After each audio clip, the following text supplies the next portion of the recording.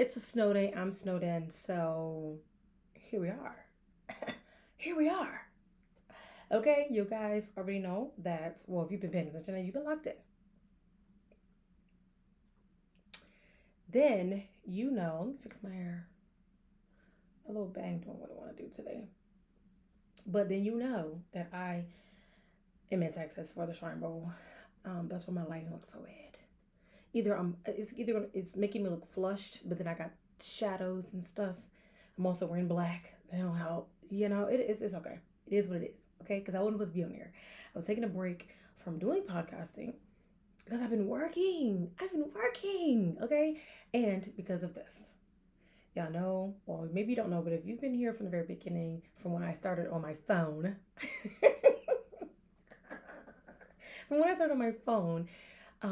my lighting has always been something that's been super duper important to me because, like, we just gotta light it up. We just gotta look good, okay? I feel like I always sound good and I'm loud enough that if my mic don't work, we can figure it out. But needless to say, here I am podcasting.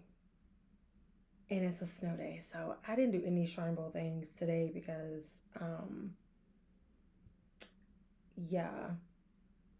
ice, snow, cold, not really my jam. And I left my fur at my sister's, so I already know we're not going on that. We're not doing that. We're not doing it. It is beautiful outside though. It's beautiful with the snow. I didn't actually think that we're gonna get snow. So that's neither here nor there. But I thought it was going to be like icy, slushy, something like that. And it probably will be in the next day or so. So that's going to really knock my plans around a little bit. But yeah, I feel like why not? My camera's not mirrored. But why not do Saturday overtime?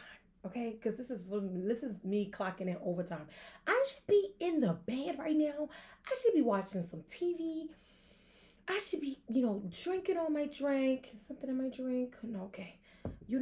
I should be like basking in my memories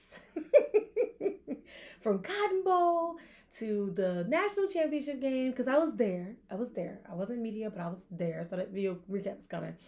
I should be doing, getting caught up with like my stuff that I want to cover for Shrine Bowl. I should be doing so many other things, but instead I'm here on this podcast. So get in here. We got things to talk about. It's going to be a little longer of a show because I ain't talked about nothing in a while. The last show I did was 2 weeks ago. It was on a Monday. So, we're just going to do what we got to do. We're going to do what we always do. Welcome back to the Daily Dose with Dez. And we're going to hop into all of the wonderful things right after this. Admit it. Turn it up, turn it loud. Got your feeling so proud. This is how we do it now. Daily Dose with Dez. Got you coming back for more.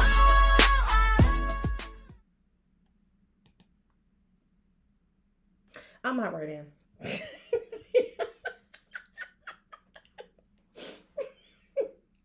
I don't know. I was so before we talk about this. My A1 day wants to know that I watch myself on another monitor. So I was watching myself on the monitor because it's delayed. So it tells me like I just look at myself and I see like, okay, this looks good. I gotta change it, whatever. I really can't do nothing too much about like my setting and the lighting besides doing the show in the daytime. I really loved how that looked last time. So we're gonna do that whenever I hop on here again. But we're gonna hop right into it. I thought I was gonna do it last time. I already clicked on it. So on my last show, I talked about the issues with the Pittsburgh Steelers, Mike Tomlin, and all those things coming in. I was not saying that I thought that he was going to leave. Pittsburgh really doesn't fire coaches. I didn't think that was ever going to happen. And I didn't expect for him to like leave. That wasn't what I thought was going to happen. But he stepped down. Okay. I made a video about that. And the coaching interview started. So they're going to be they were at this point looking for their fourth head coach since 1969 and all those things. So Pittsburgh is really about like longevity and really any coach coming in after somebody has been there for 19 seasons is going to have some big shoes to fill. And I kind of like what's the saying? I fell to my knees when I got the ESPN alert. I immediately texting like, what what is this? Okay, what is happening? What is happening? Right? I'm still just a little stuck here. And then I thought about it in retrospect. I'm like, okay, when Mike Tomlin came in, he was coming in off of a team that was kind of already built for Super Bowl, built in a way of they had the pieces to the puzzle kind of already in place. Um, and this team, the current team, does not. I know people will like to think that, but I feel like Pittsburgh has been running off of luck and holy water for a couple years now. Okay, everybody talks about how the quarterback situation was a fail, and it was. I mean, we can look at it and we can give every excuse underneath the book. I actually have a Pittsburgh fan who's like one of my close friends, and I feel like sometimes he runs off a little bit delusion. I love him though, right? But it's like kind of my job to not run off of delusions in a lot of ways. Like I am very much still a fan, but I can very much look at things objectively. And this current team is not in a team where it's like, yeah, they're gonna win a Super Bowl tomorrow. Like I don't run off that type of delusion. I'm just looking at the retrospect. Like they literally got into playoffs by the skin of their teeth. Like literally. If the wind blew a little harder in the opposite direction, they wouldn't have been there. Right? And I feel like that's just been the story for the past 8-9 years. So coming in, you're looking at this team like, okay, well, when Mike Tomlin came in, he had a team kind of already built for him, so it was easy for him to step into shoot. I don't want to say easy because that probably diminishes it, but it was a little bit more easy to step into those shoes to navigate and be on your way. However, this team currently doesn't have that. This team needs a culture shift. This team needs a little bit more creativity, offensively, a lot offensively. This team needs somebody who can get a quarterback in there, develop the quarterback, do what needs to be done. And I can see where they think that Mike McCarthy is that piece that can do that, develop a young quarterback like Will Howard. And if Aaron Rodgers still comes back, have that veteran presence with Aaron Rodgers. I mean, they won the Super Bowl together before AR got fired. So I don't even know how that was going. But it was then said that AR wanted Mike to be hired for him to stay, which I think is okay. I really don't think that I don't know. Some people think that quarterbacks should be in those process of making the decisions and stuff, like the Bills are saying like Josh Allen's going to help them with their head coach. And I don't really know how I feel about that because like quarterbacks can come and go, and especially with Aaron Rodgers at his point, Aaron Rodgers doesn't have too many cookies left to crumble. Okay. But okay, maybe he comes back, maybe he doesn't. There's rumors saying that he's done, not coming back. Okay, whatever. So I don't think that they hired him because of AR, But I think that's maybe where what I can look at retrospectively. And he didn't get fired at Dallas. He just didn't have coaching freedom at Dallas, from my understanding. And then he was stuck with what is his name? The OC. He was stuck with him or whatever. Keenan Allen, is that his name? But either way, I feel like they maybe think that he can bring a little bit of that grit and that creativity from when he was in Green Bay. I don't like, he wasn't a horrible coach in Dallas. He just wasn't the best coach. And I understand that he didn't really, but they say he consistently can get to 12 wins and da da da da. So I just feel as if that really had to be the mindset behind it. That's the only thing I can say.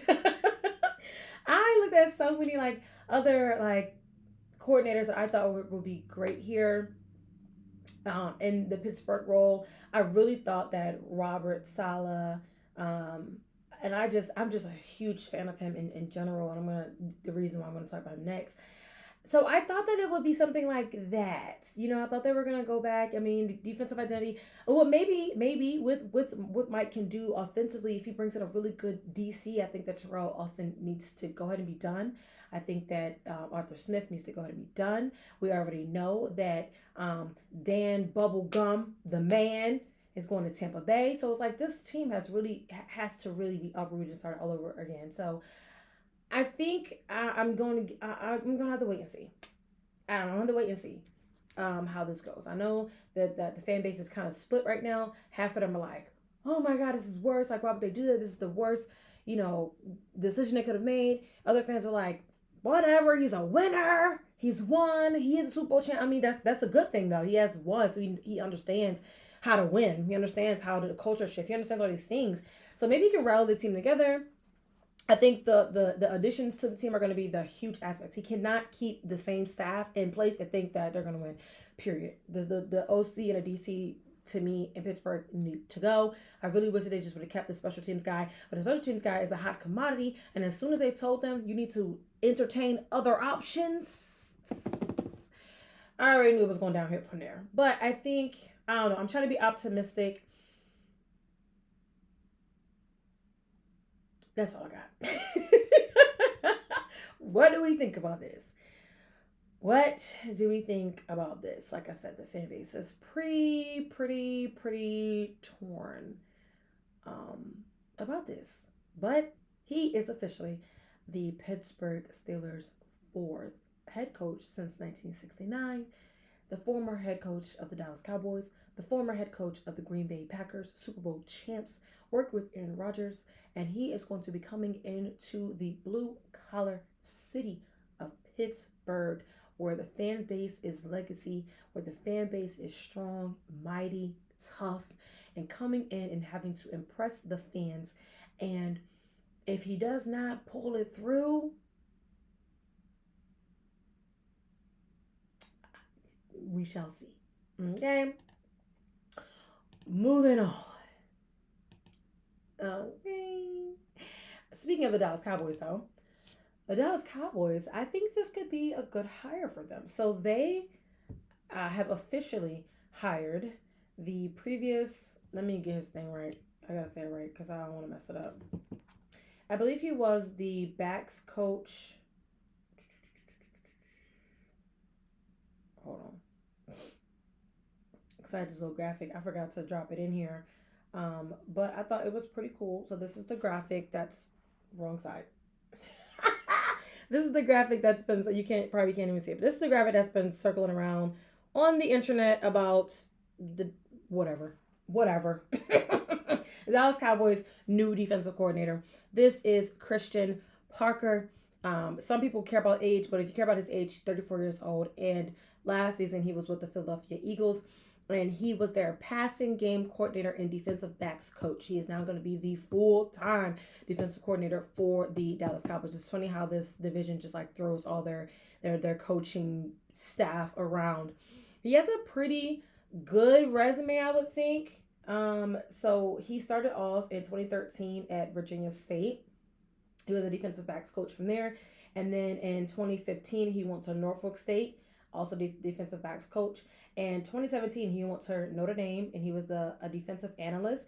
Then he went to Texas A&M in 2018, was a defensive analyst there. He was with the Green Bay Packers from 19 to 20 as a defensive quality control coach. He was with the Denver Broncos, from 2021 to 2023.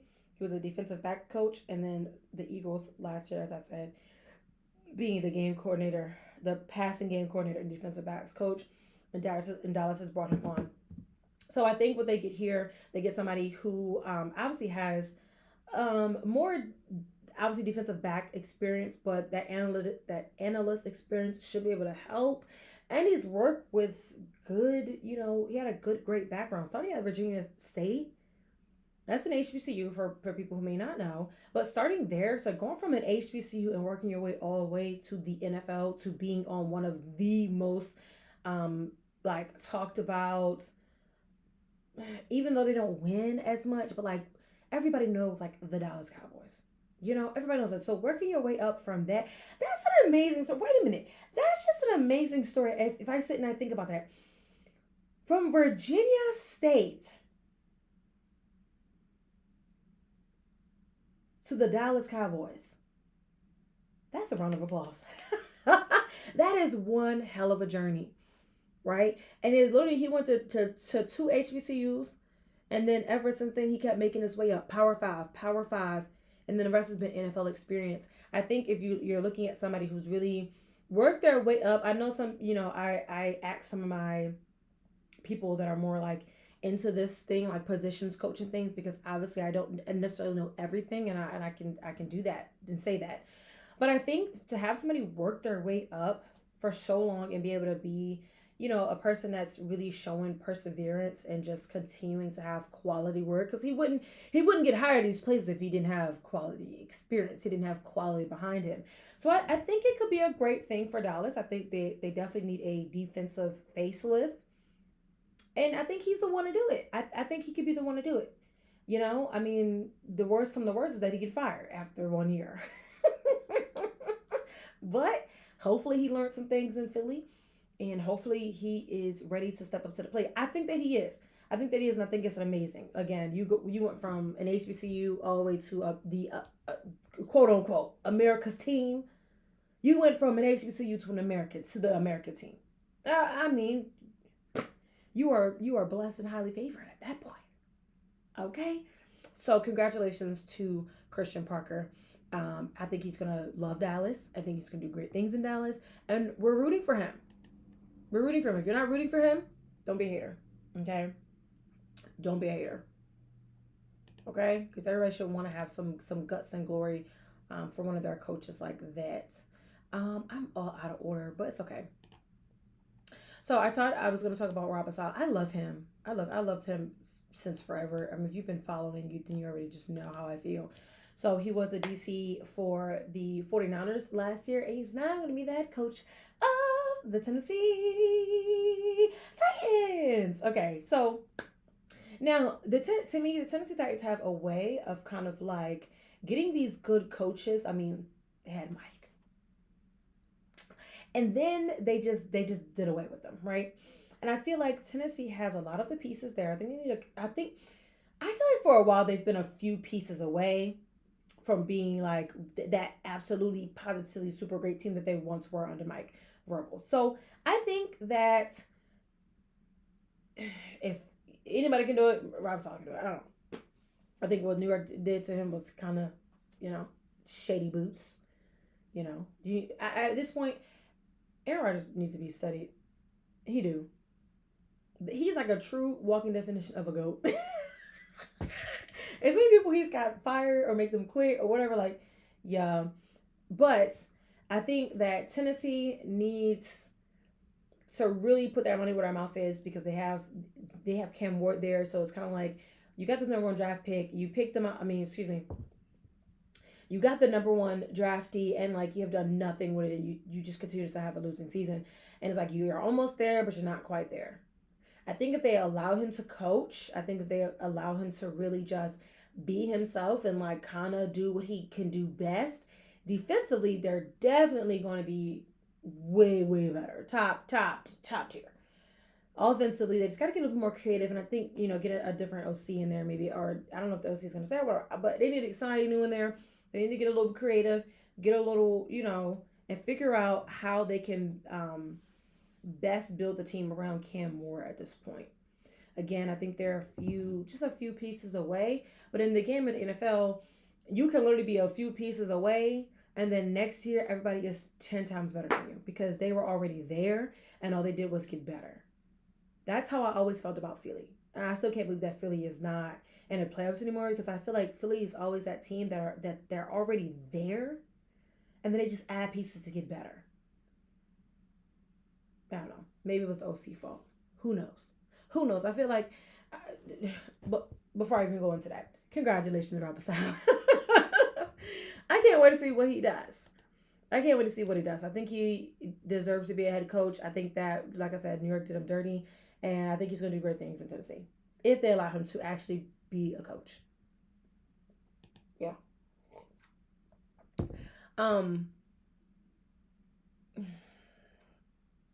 Since we're on NFL, I might just keep here with the NFL stuff, because I wasn't supposed to do that. I was supposed to start with college.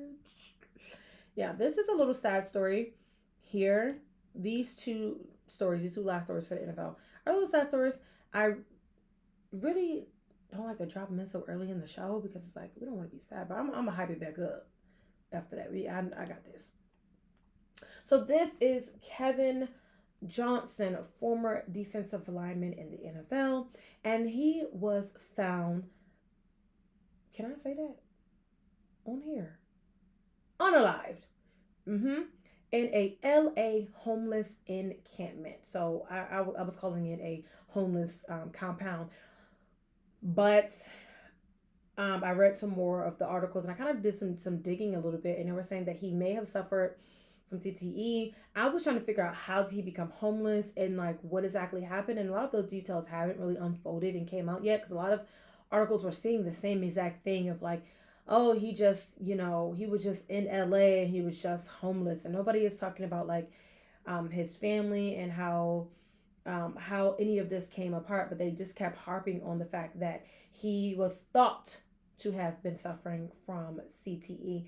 And again, if you've been one of my day ones, and even if you're not one of my day ones, I have been a huge advocate, period, about mental health, and I've talked about in various videos. I probably need to do some more talking about CTE. Obviously, CTE is the brain disease that is uncurable. You can't do anything to cure it, which is why when the players are wearing the Guardian caps and they're doing everything in their possibility to avoid head injuries, and why I was so like passionate about like Tua and figuring things out with him, and not saying that he needed to probably go into early retirement over CTE, and how I don't really joke about that. Like people joke about the CTE jokes. I don't joke about that because it really is something that's so severely important that I don't think that people kind of understand the severity of what this is. Like you can't come back from this. It's not, oh, I got a headache and I take some pills and I'm fine. It's not like that, right? So I really want to know, and again, I haven't really seen too many details about it, and I'm going to follow up on it. But I'm looking for the details about like his family, what has happened, how did he get into that homeless camp? It wasn't a shelter, homeless camp, and like what exactly happened. But they said like there was a fight that happened, and like just things just went awry too quickly. And that's what happens when you are on the streets. It happens when you're homeless. Like people don't really pay attention to you and what you're doing. But is no way in my mind, I just can't wrap my head around this guy who used to play in the National Football League was homeless. I think that's one of the bigger problems. It's just like veterans. Like I cannot understand, and I can't fathom, and the idea does not grasp in my head. It's like I'm trying to do algebra with trigonometry all wrapped in one, and it's not making sense to me, right? How these players are homeless. I have questions. Like I'm trying to figure out, like, was he not able to get help through the NFLPA? Did he not want the help? Was he ashamed? Like, and again, there's no blaming of anybody here. It's just trying to figure out, how did this happen? Because I just, even when I see like the homeless NBA players and things, like how did we get here? How did this happen? So I don't know. I feel like I gotta do some more digging here. But when I saw the story come up, it also roped me into another story that's right after this. But I do want to say, I do hope that he is finally at peace. Hopefully he rests in peace. And I send prayers up to his family and his friends, his former teammates and everybody else. But I also just am trying to figure out, where was everybody else to help him at this point. But may he rest in peace. Okay. Now, seeing this story reminded me of a story that I seen a minute ago, but I wasn't podcasting, so I didn't do the video to bring it up. And I was a little shocked about this when I saw this. So this is Sam Beal. Sam Beal is a former New York Giants DB. And when I first seen this, it was like that he has been missing for 6 months. This is when I first seen it. And it was like, wait a minute. He's missing? Okay. And then dug in more into it. Now it's been over 7 months that he has been missing. And it's like, okay, so what actually happened? So digging more into it, he in 29 years old, Before he went missing, he was in prison for 5 months because of unpaid child support, which to me is like, okay, I didn't really need this, but I'm trying to figure out where, the timeline of his disappearance, right? He came home. So then they were like, his family and his sister has been the one that's been really vocal about all this. She's trying to figure out where is he and what happened to him. And then he was at Virginia Beach, and they said that he left his, his phone, his wallet, all his things behind in the car. But he had previously told his family he was coming back home to Michigan once he left Virginia Beach, but he never made it home. And that's what alerted his family, like, wait a minute, where is he at? What's going on? And a lot of people were like, why didn't they report this, when he first was missing? Why didn't he report this a month, into his disappearance or whatever? And come to find out, they did. They did put it out there. It just didn't make the news. It just wasn't something that obviously was on top of people's radars for whatever reason, until the sister kept pushing and pushing and pushing and pushing forward. And now it is all over the place. And again, I'm a little late to the story. So I think now it's been 7 months. So he's been missing for 7 months, or just say over 6 months now at this time, and they still have no idea where he is between Virginia Beach and Michigan. No one knows where he is. Some people are saying, well, he could have went back to jail, but if he would have went back to jail, he could have had contact with his family, with the lawyer. I'm pretty sure they would have known that. And to me, I don't know how somebody goes missing for that long and they're still alive. And I didn't want to say it and seem like I'm being negative about the situation, because I'm not. I am not. It is just in my mind of how we're going to find this man who's been missing for 7 months. And it makes me question, what is the team doing anything? Is the team doing anything to help? Is the NFL doing anything to help? Like, what is happening at this point? But I can, again, it's one of those math problems in my head. I just don't understand. I can't fathom myself figuring out how this man has been missing for 7 months and it's not been a bigger spectacle. What exactly was going on? Right? So at this point, all we can do is continue to keep our eyes on the story and just keep watching out for this, because I mean, we could just only hope and pray that he comes home and has like, maybe he was like held hostage somewhere. I don't know, something.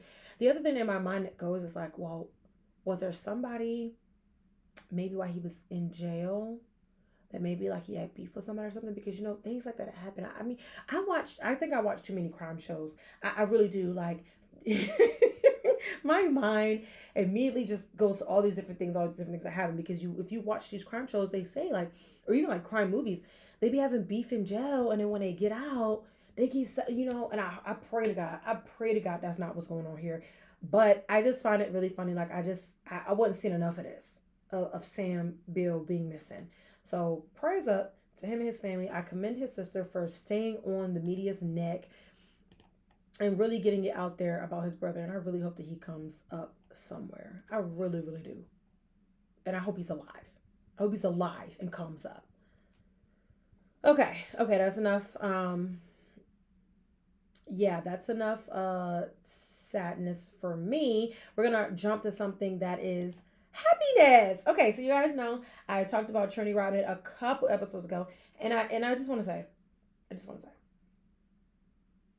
to the people that be falling into my DMs and trying to tell me about what I be talking about or my opinions, first of all, make it a public comment. Comment publicly, okay?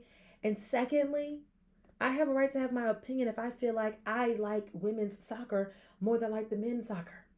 I can say that. I can say that for the United States. For the United States, I feel like the women are better than the men. And I said that. And I'm going to stay on 10 about that, because that's my opinion. You can have your opinion too, but that's my opinion.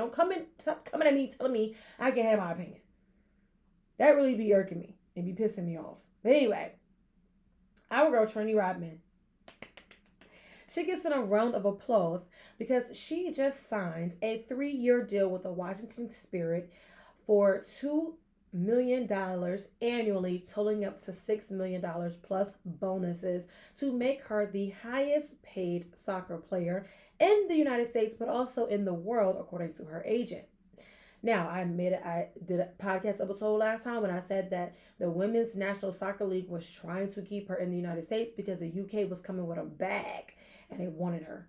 They was going to drop the bag on her even though she was coming off injury, even though they felt as though, some people felt as though that, she still has so much more to go. But it's like, no, Trinity Rodman is that girl. She's been at the top of the soccer game for a minute. There's other wonderful and amazing women, and I hope that many other of these women get to that. And I know when you think about like it's only $2 million a year, like they do a lot. They play a lot and all that.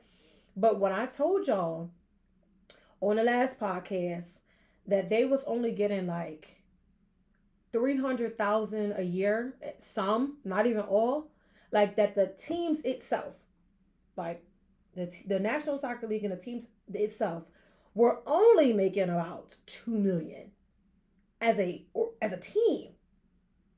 She's making it now as a person, like a single person, a player. So it kind of just shows you that, yeah, I need to do some investigative journalism. I do. Because when you look at the price differences with like the women's soccer and men's soccer, WNBA, NBA, y'all see the parallels there? Yeah. So this may not be or seem like a lot to most people. I mean, heck, $2 million is a lot to me, but she's been living off less. She's been making less and doing more. You know what I'm saying? So this is amazing, amazing, amazing. And I can only hope that other women get to this point. I don't know what they make in the other countries, but if they're saying this is how she's going to be the most highest paid in the world, it's only telling me that they're making less than $2 million a year. So I think it's amazing for her. Congratulations to Trinity Rodman. She's staying in the United States, and we're going to see more of her. I can't wait to see her on our Olympic team again. I can't wait to see what she does on the national team. I can't wait to see what she does with the Washington Spirit. I got to give me some merch. I need some people to send me some merch. I need merch from everywhere. I need merch from New York, Washington, everybody. I need the pink jersey for Messi. I don't want to hear it. Okay? I need the pink one for that. I already got a blue one from his Argentina team or whatever. But congratulations, Trinity. Continuing to be that girl. Oh, another thing too. I seen an article that was like kind of bashing her. It was like, oh, well, if she wasn't Dennis Rodman's daughter, then she wouldn't be here and she wouldn't have done. Listen, we're not going to talk about nepotism. Okay? At least she's actually good at the sport that she's playing.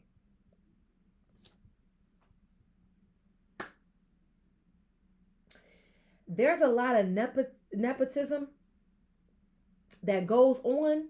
And the children are not good at the things that they're supposed to be getting all this access to. And while y'all at it, the few of y'all that's on here, like the video, please. It does no harm to you. It costs you nothing. Just like the video. Hell, if you don't like the video, hit the dislike. It still helps. Leave a comment. Do anything. Subscribe if you're not subscribed. But I see you on here and I see you watching. Thank you so much for being a part. But what I'm saying is, there's people that are a part of this nepotism thing that people talk about, and they're not good at what they're getting, the role, the job, the sport. They're not good at it. At least she's good at it. So if the last name Rodman helps her, then it helps her. But at least she can put her money where her mouth is, and she steps up and plays and does what she needs to do, how she needs to do it, and she's great at what she does, period. That's on that. We're going to be moving on. Okay? Now.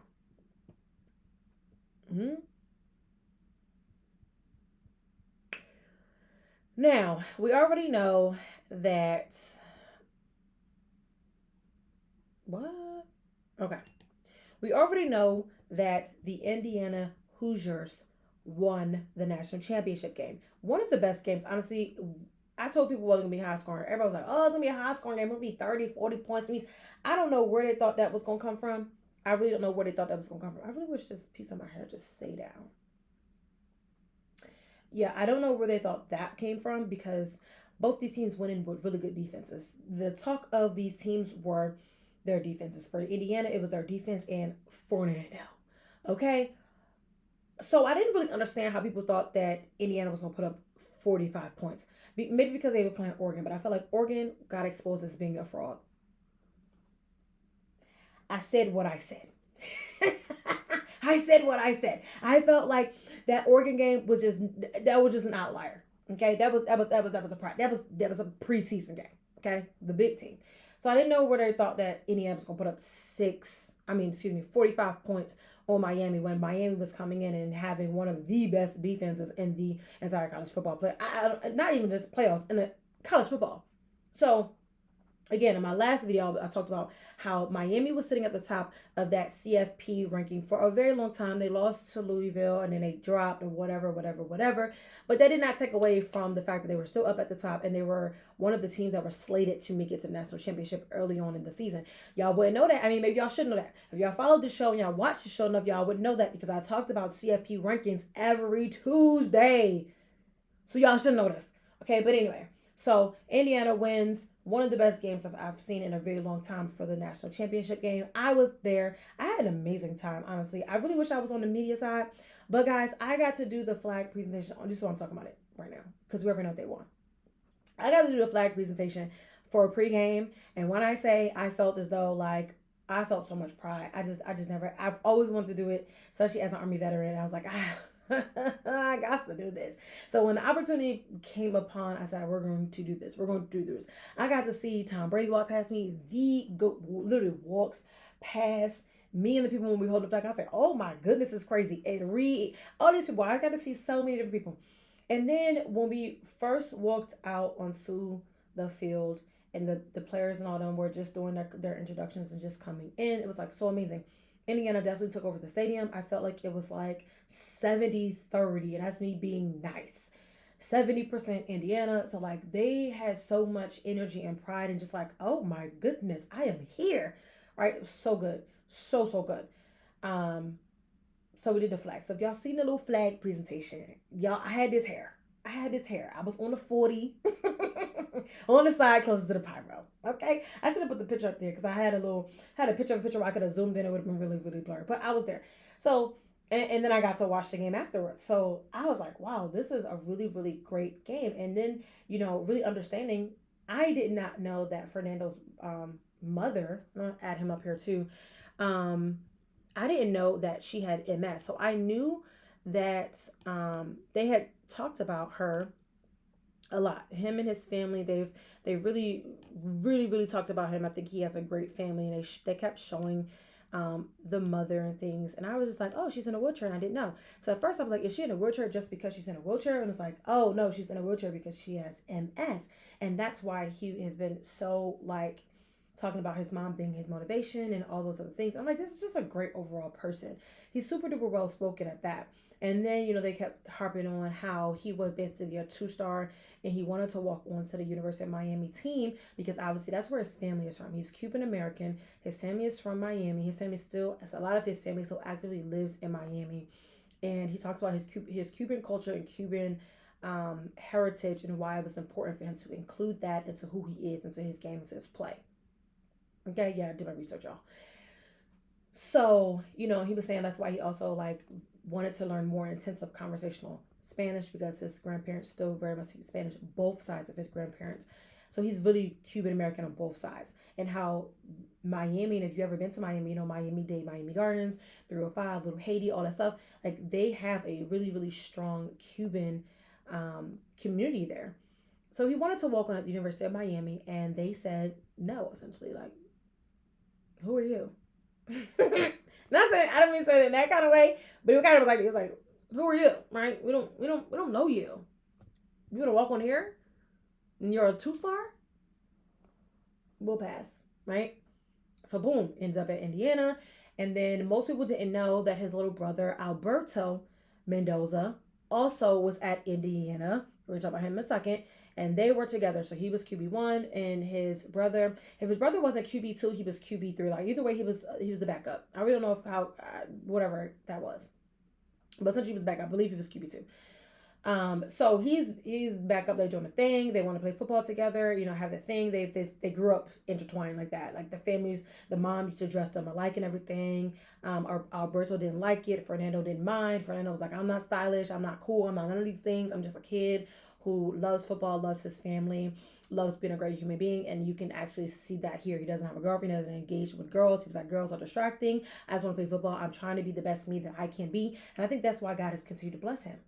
If you ask me, God continues to bless this young man because he is literally like God saying, I don't know how you don't like this young man. I just don't know how you don't like this young man at all. I just don't know.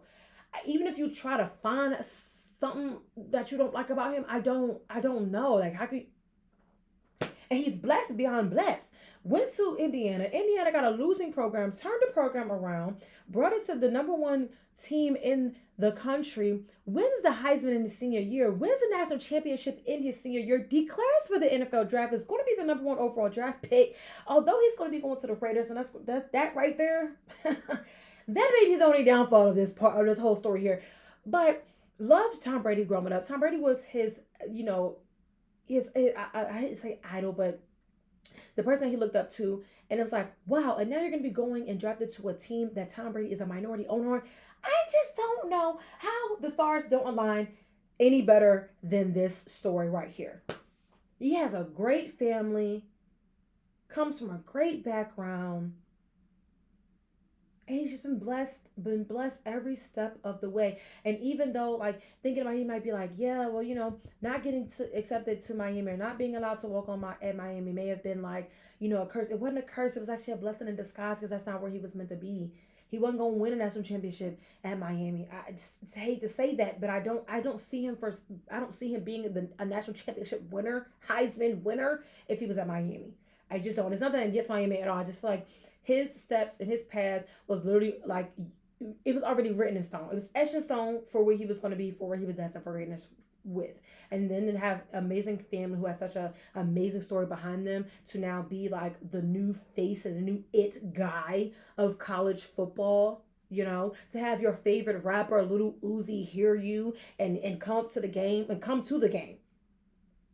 and not take away your shine. And he was, because even Uzi was like, they were like, what is your name, Uzi? And he's like, I don't have no name. My name's Mendoza. Like, not taking the spotlight and the shine off of this kid. Like, this kid is just naturally, but I don't know. I can go on about it, but I think it's just absolutely amazing. And this, to me, let me take this down for a second. This, to me, is why I feel as though, did I put him on here? Yes. This is why I feel that Alberto is like, yeah, I love my brother. And I got to play, first of all, like, that's amazing. You got to play football with your brother and you win a national championship in the same year. You don't get any better than that, right? But I feel as though after this whole storybook Cinderella story going right, full on through, I felt as though that Alberto was like, okay, well, there's no way that I'm ever going to be able to live up to what Fernando has done for this university, what he has done for the state. Hell, what he's done for college football. I feel like we got to see a good guy win, because a lot of people are so negative, like, good guys never win.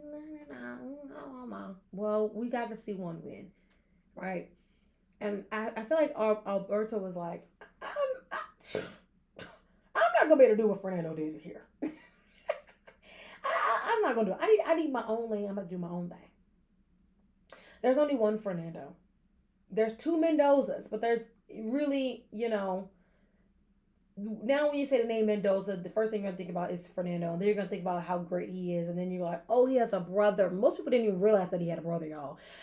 So as many people were like surprised that he had a brother, which is crazy to me. I'm like, y'all didn't see the stuff during Rose Bowl, during the season, like when they played against Oregon, Alberto got into the game. Y'all didn't see none of that. Okay, that's fine, right? But he has a brother, and Indiana did get a transfer in for quarterback from TCU, Hoover, ironic, Hoosier. Hoosier. Okay. I swear, national championship weekend, I love them. Indiana people know how to party. Okay? You know what I'm saying? Yeah, listen. Okay? When I seen the lady stand up, and this against Miami people now, she stood up in Indiana dress. It was super cute, by the way. I need to make some of those, put those on solos. But she was like, yeah, she stood up and was like, you. And she was dancing around the whole little bar. I said, oh Lord, y'all, she gonna start something up in here crazy.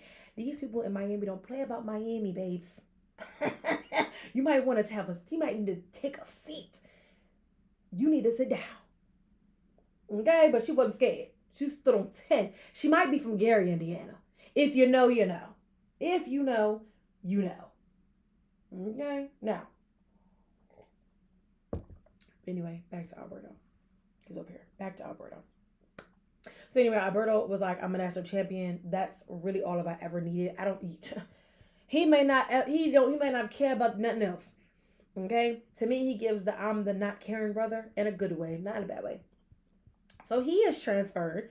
So after the national championship game, I think within the next day, it was like, Alberto has entered the transfer portal. And then I think literally, I want to say it was a few hours later, but I'll give it a day. I'll give it 24 hours. They announced that he has signed and he'll be transferring to Georgia Tech. Now, most people were like, well, he's going to go to Miami. Nah, I think that ship has sailed. I think his family as a whole is over Miami. And I don't think that was going to happen. But to me, being in Atlanta at Georgia Tech, being a little bit closer to Florida, I don't know if his parents. I know they have a lot of family that still lives in Miami. I don't know exactly where his parents live at because I wasn't that creepy and did research. But I'm thinking that if his family is somewhere in Florida, whatever, that's like he went from Indiana all the way to Georgia. So I'm thinking that either he's just trying to get somewhere closer to his family, or maybe he just need a little bit more like lively atmosphere because I don't really know about too much going on in Indiana. I don't know. But either way, the Georgia Tech Yellow Jackets got themselves a great football player. He is good. I think he'll replicate what Hayes King has done for the Yellow Jackets and how he's really just like been a staple for the Yellow Jackets. So now like Georgia Tech now has their new it guy in Mendoza. So I think it fits really, really well. Coach Key is one of my I admire Coach Key. I think he's one of my favorite coaches. Just being able to cover Georgia Tech as a team for the past couple seasons. So I think it'll do well. I think the Georgia Tech fan base kind of loves on their people. I think that they love Hayes King. And I think that he'll do well there. I think that he'll be good. I think it'll be a little shakeup in the ACC. But I don't know. Like Georgia Tech this year had a good run with being in the top 25 for a while. They went on an amazing run. They had a great season. So I don't know for sure like how that's gonna play out. I don't foresee them getting to the national championship game, but he's a national championship winner, so I mean he probably don't care. But I think it's gonna be good. Like, okay, we got a big name coming into the ACC there. Okay. So I don't know. I think we'll see what he does. We'll see how he goes. And what happens. What say ye? I really want to know like how it happened so fast. I feel like when they were in Atlanta for the Peach Bowl, him and his family probably went on a visit to Georgia Tech, and that's probably how they secured the deal. Allegedly. So, because it happened too fast. I know they ain't put him on a flight that quick. But we shall see. Hopefully I can get to ACC Media Day and see what's going on. But, Georgia Tech is getting a wonderful family. Like, how could you not love that family? They're getting a wonderful family. Obviously, I don't. And I also think that him going to Georgia Tech, yes, there'll be a more media presence there. Either way, the media's going to follow his name. But it's not as big and as prominent as it's going to be. And he doesn't give me the type where he wants to be in the media. He wants to be in the limelight. He wants to be a part of all that stuff. He just doesn't give me that vibe and that energy. I feel like he's like the complete opposite of Fernando. So I feel like he doesn't want well, I can only think, I can only say what I think. I feel like he doesn't want that experience. He doesn't really want that attention. And this is something that doesn't matter to him. He just wants to play football, and he wants to just be the best football player that he can be. And I feel like he doesn't really care about everything else that's going on, which will make sense of why you go to a school like Georgia Tech. No tea, no shade against my Yellow Jackets. But when we're talking about like media, media presence, they're not one of the top schools that have that media presence like a Clemson, like now like a Duke. I know Duke has more like basketball, but Duke is now a football school. So like a Duke, like a UNC with Bill Belichick and things like that. So it's just not a lot of like prominent news exposure for teams that are like right there in the ACC. So that's I think that's one of those reasons there. Now, if you follow me on Instagram, then you see that I do the Pretty Girl Sports Report. And on my Pretty Girl Sports Report, I talked about the rapper Toosii committing to Syracuse to play football. It has now come out, and he's saying that he has decommitted from Q's. And people are trying to figure out, again, I explained why he picked Syracuse. He's from Syracuse, New York, so he wanted to go home and he wanted to play for the home team and da-da-da-da. Whoop. I also want to add, though, that he has not been a college student. He doesn't have any film or any highlights or any things like that. And although head coach Fran Brown initially did show interest and was taking pictures with him and was at, the whole photo shoot thing that we're doing and probably was on the visit and probably talked a good game with him. One thing's for certain, two things for sure. When it comes to head coach Fran Brown, he says it like it is. And he just does. He just puts it out there. Whether you like it or not, whether you agree with it or not, whether you understand what he's saying or not, he said what he said and he stands on what he said. So in a recent interview, it came out that he was talking about how he didn't know if he was going to be on the team. Rapper Toosii was going to be on the team if he was actually going to be coming to Syracuse, and how like in the Fran Brown program, you have to understand you have to really work for everything that you have. You have to work for your spot. You're not just going to walk onto that team and then just going to be like the automatic starter for one. And what people also have to realize is that yes, this may have been a thing like, oh, I'm committing to Syracuse, but it's also like it's kind of hard. Like if you don't have any film and things, so I don't know. I do kind of feel like he probably was sold a little bit of a dream, but at the end of the day,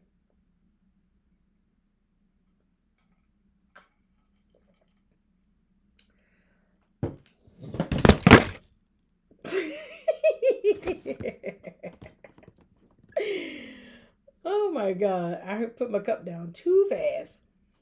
All right, let's put this back up here.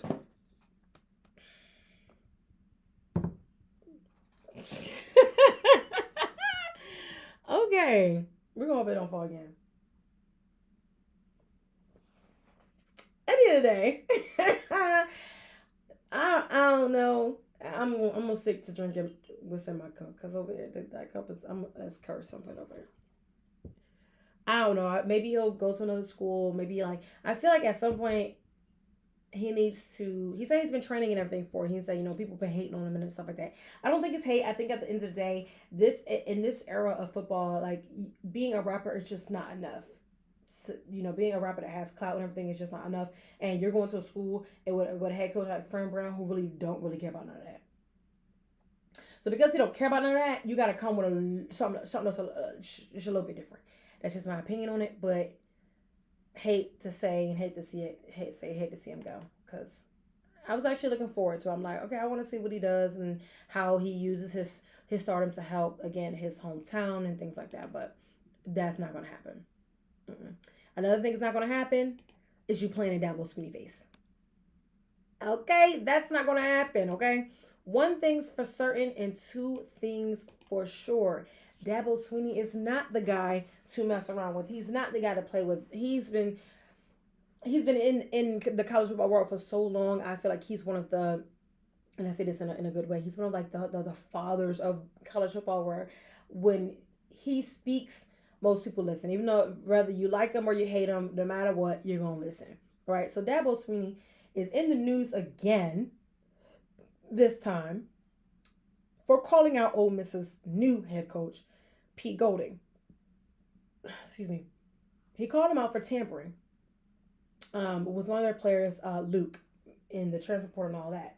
So he was like, yeah, if we're gonna talk about it, we're gonna talk about it. Let's talk about how you were tampering with my player. Let's talk about how you text him and said, I know you're signed on contract, but how much is your buyout? Debo said, if you're gonna play with me, I'm gonna play with you.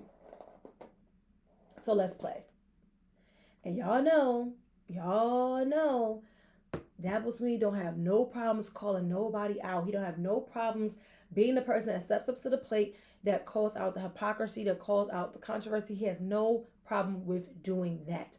And listen, he took a fine from the ACC when he called out the refs and all that. So he don't have a problem with talking about it.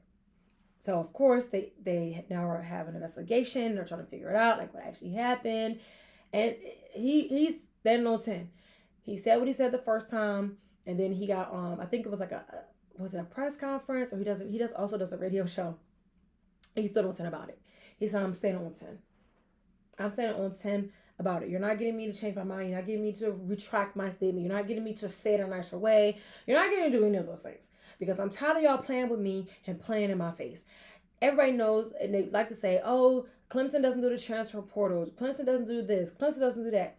But at the end of the day, Clemson has built a program where it works. And a lot of things, if it's not broke, don't fix it, right? And that's how Clemson tends to operate. However, Clemson has gotten players out of the portal. Clemson has taken transfers. They just don't do it at a higher rate as some other programs do, because at the end of the day, it's Dabo Swinney and it's Clemson. That name holds weight no matter what you say. Just like Georgia holds weight, it holds weight, guys, especially when it comes to NFL.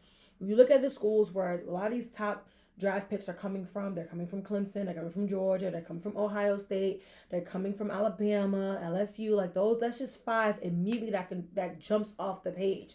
When your school holds weight, it holds weight. And Clemson has built a program where it holds weight. So Dabo doesn't have to go out here and try to beg people to come play for his program, because people are going to come. People are going to go too. At the end of the day, people are going to come. People want to come there, right?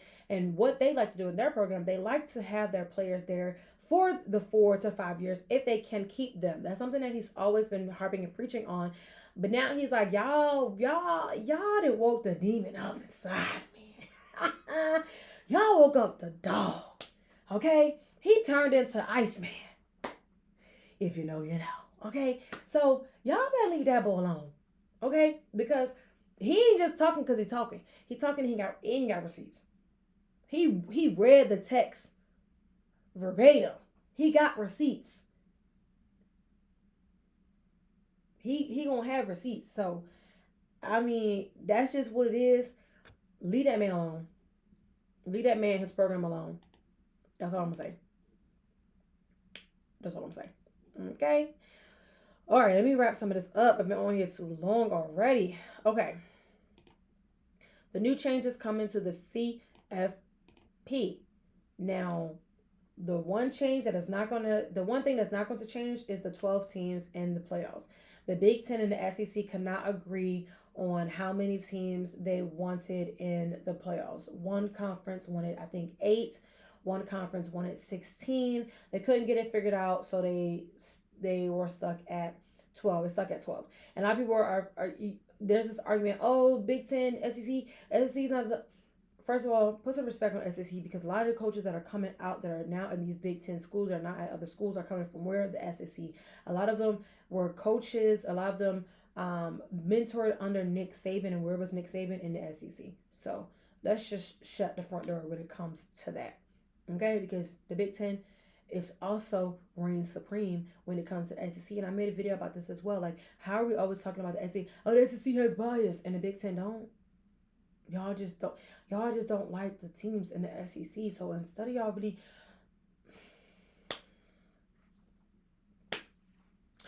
All I'm going to say is Oregon. That's all I'm saying.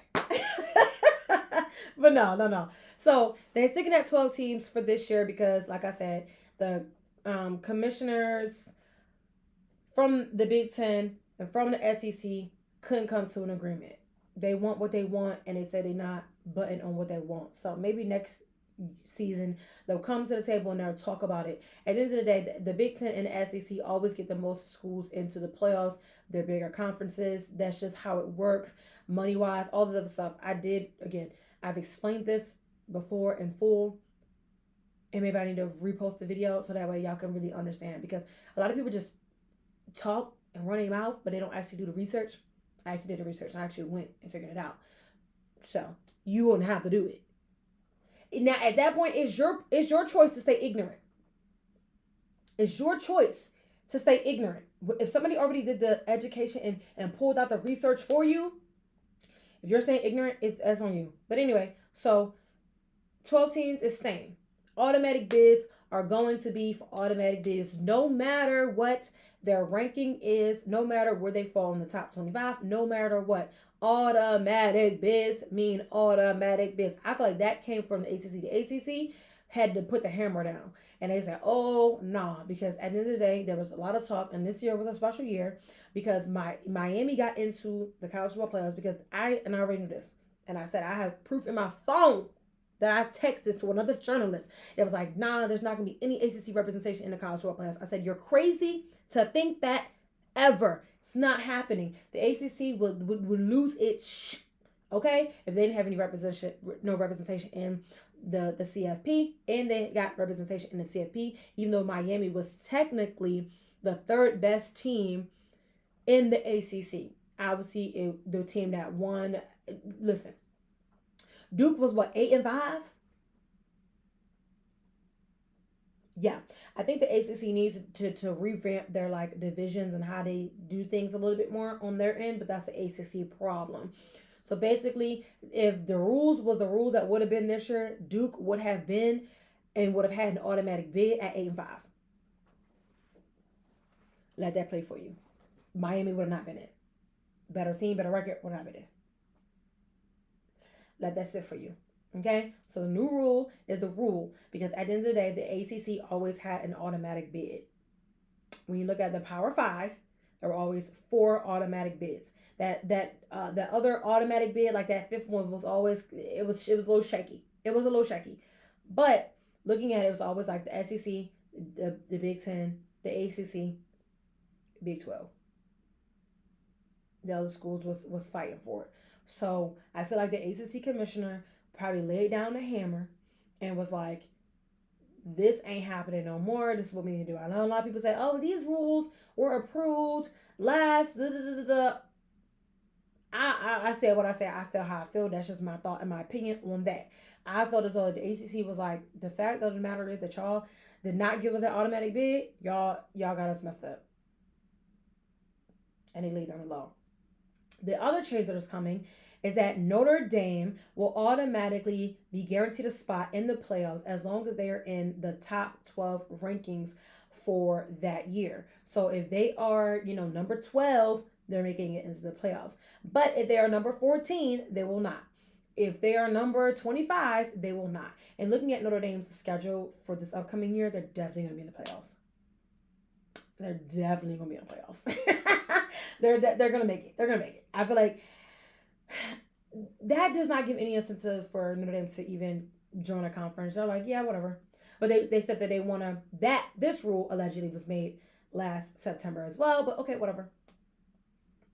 But they definitely don't give any incentive for them to join a conference. And they're like, well, you can be independent. That's fine.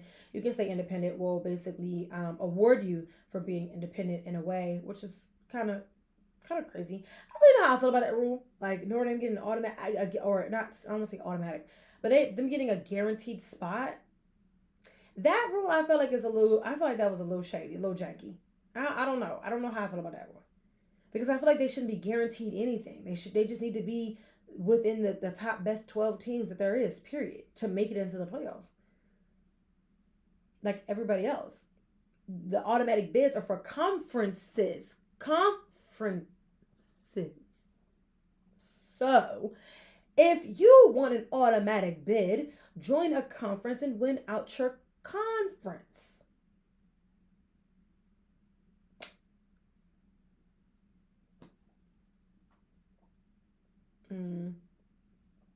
I think that's probably the only rule that I'm not really feeling.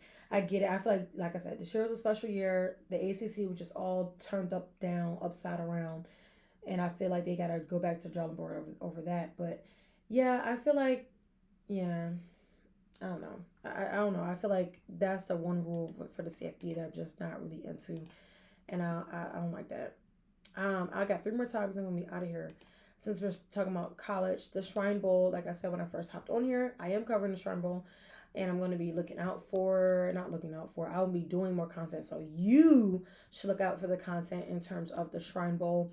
And in my little preview of me introducing thing that I was at the Shrine Bowl, I kind of give the history of things about the Shrine Bowl. And I think it's a really great game for the cause that it's for, helping the Shriners Children's Hospital. And I really hope that this weather doesn't kind of deteriorate away from things, so they can fully like raise the funds and all of that. But being at the practices and everything, it was a great experience seeing these players come from a little bit of everywhere, seeing names that you wouldn't necessarily think that you would see from schools like Toledo, obviously the kid from South Carolina State University.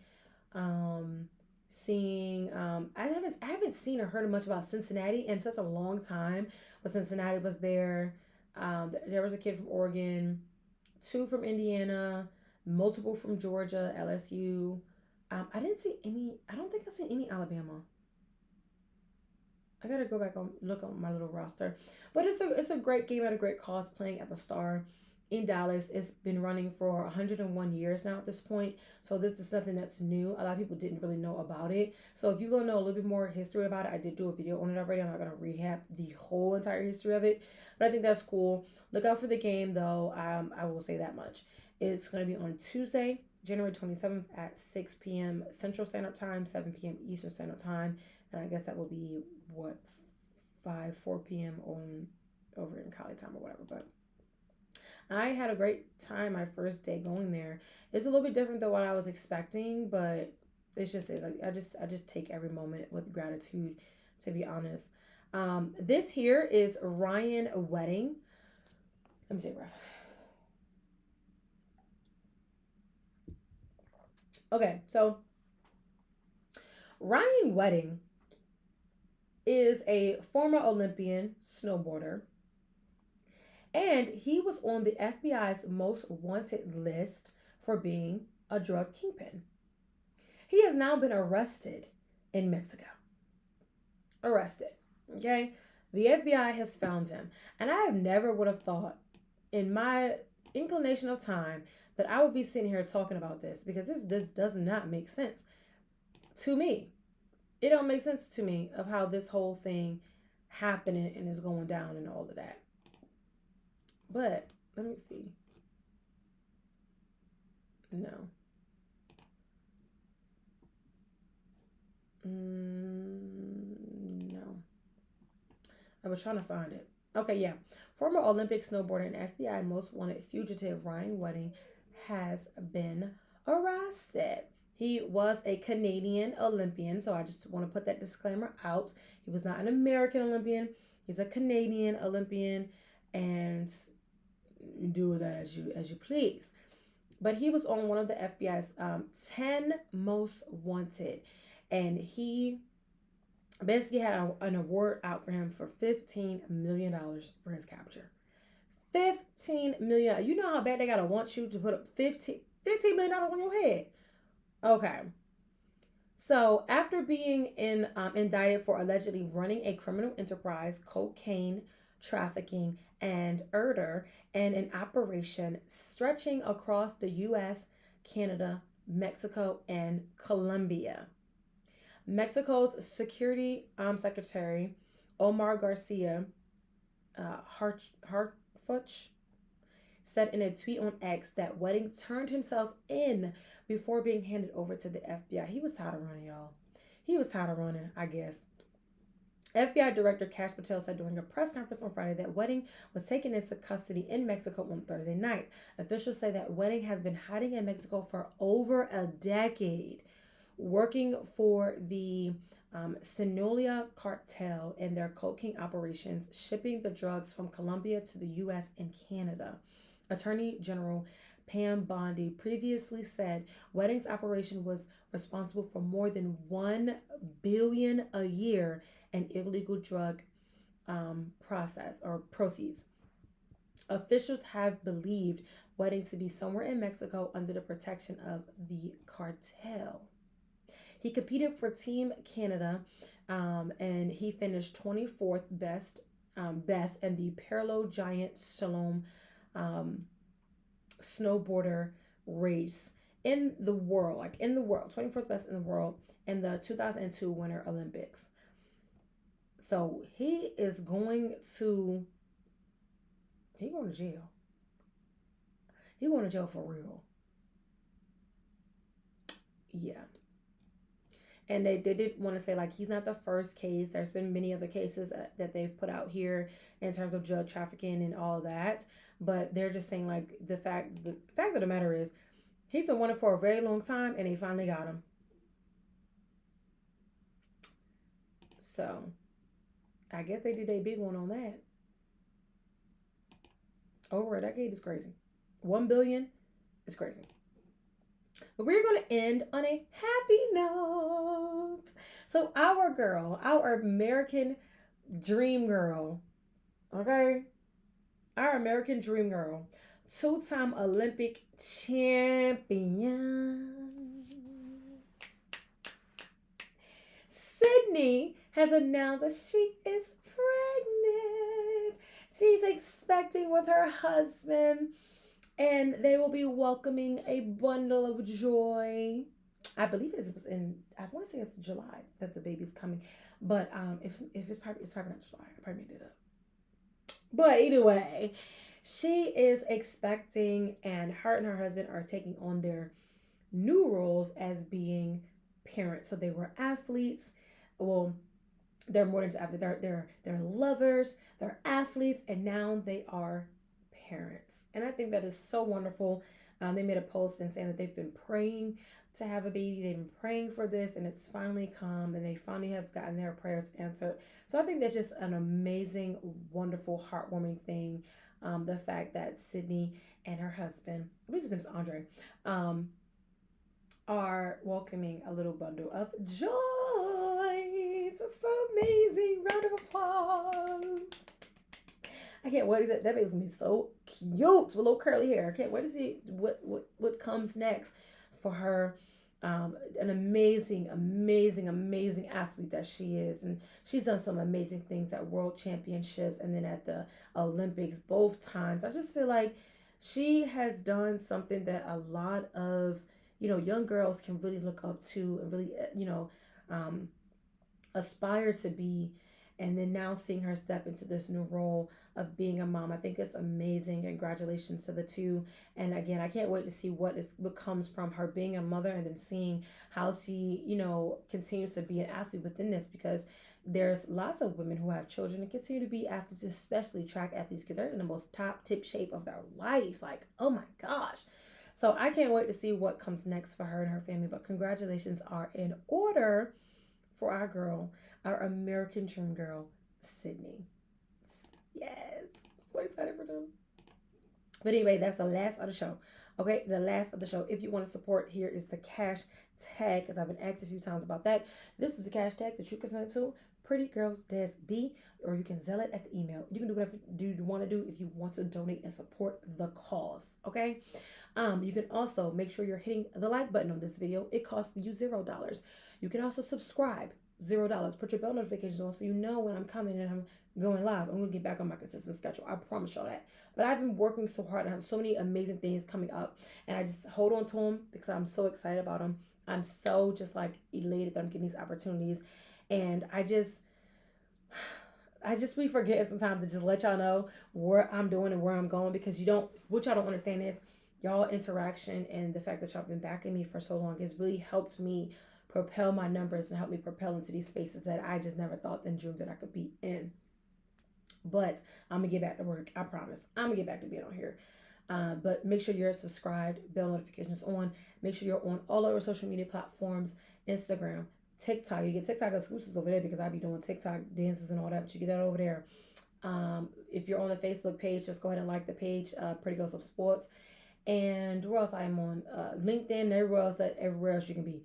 And all of that is at PG Love Sports, or you can type in Pretty Girls of Sports, where we are under the umbrella of Pretty Girls Media. Thank you guys so much for being a part of this and for tuning in to the Daily Dose with Dez show.